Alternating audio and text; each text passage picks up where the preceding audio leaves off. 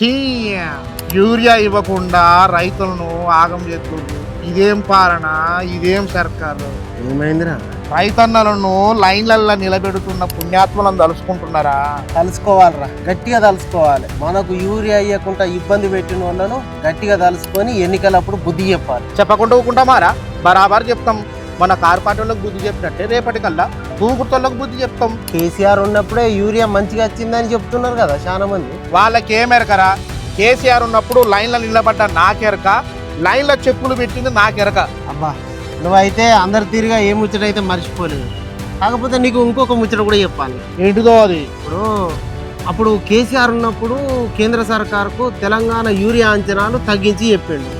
మాకు గింత యూరియానే సరిపోతుందని కాగితం కూడా రాసిచ్చిండు. అట్లానా? అవును. ఇక దాని ప్రకారమే కేంద్ర సర్కారు ఇప్పుడు తెలంగాణకు యూరియా ఇస్తున్నది. ఇంకింత ఎక్కువ అడిగితే కేసీఆర్ ఉన్నప్పుడు సరిపోయిన యూరియా ఇప్పుడు ఎందుకు సరిపోతలేదా అని అంటుందట కేంద్రం. ఎంతైనా కేసీఆర్ మొనగాడరా. ఎందుకు?